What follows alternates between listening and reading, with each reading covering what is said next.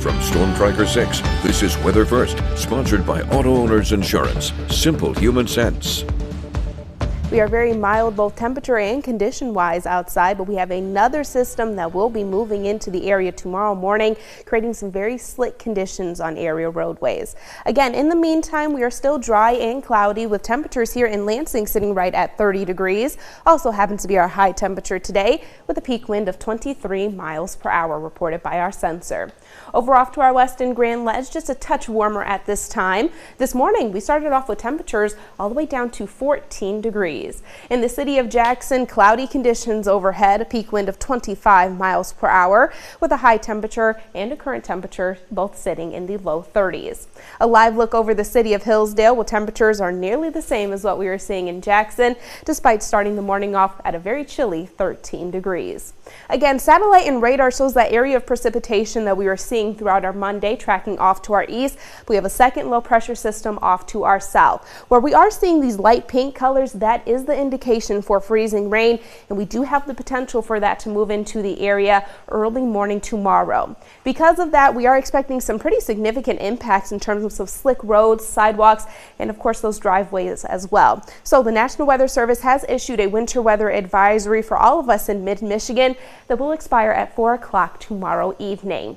This precipitation going to move into the area right around 2 o'clock tomorrow morning. It's going to start off to our south and slowly work its way north. Since temperatures at this time are still likely going to be right around 31 to 32 degrees, anything that does fall is going to freeze down on area roadways fairly quickly. We will eventually transition over into rain likely by Tuesday afternoon, but for those that are just north of I-96, a little bit more in the way of snow is possible for your location, but we do have additional rounds of precipitation in sight for both Wednesday and then for Thursday as well. Neither of those going to cause any impact since temperatures are going to be well above the freezing mark at that point in time.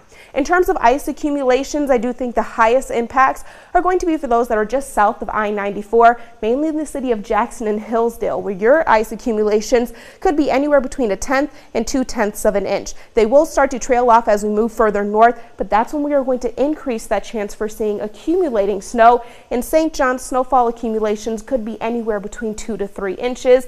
Again, where we do have that highest chance for those snow showers, a little bit less in the way of ice expected for your area. Overnight tonight, temperatures will be falling down into the upper 20s as we move into the day tomorrow.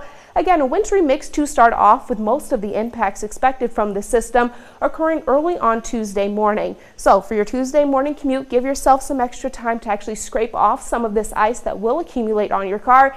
And then of course, just take some extra time on the roads as well. So again, a weather aware day in place for Tuesday, but after that, temperatures warming all the way up into the low 40s with rain in the forecast both Wednesday and Thursday. We are dry, but still hanging on to plenty of cloud cover as we finish off the work week and eventually move into the weekend. Next week's forecast, though, is looking pretty nice. Overall, mostly cloudy to partly sunny conditions.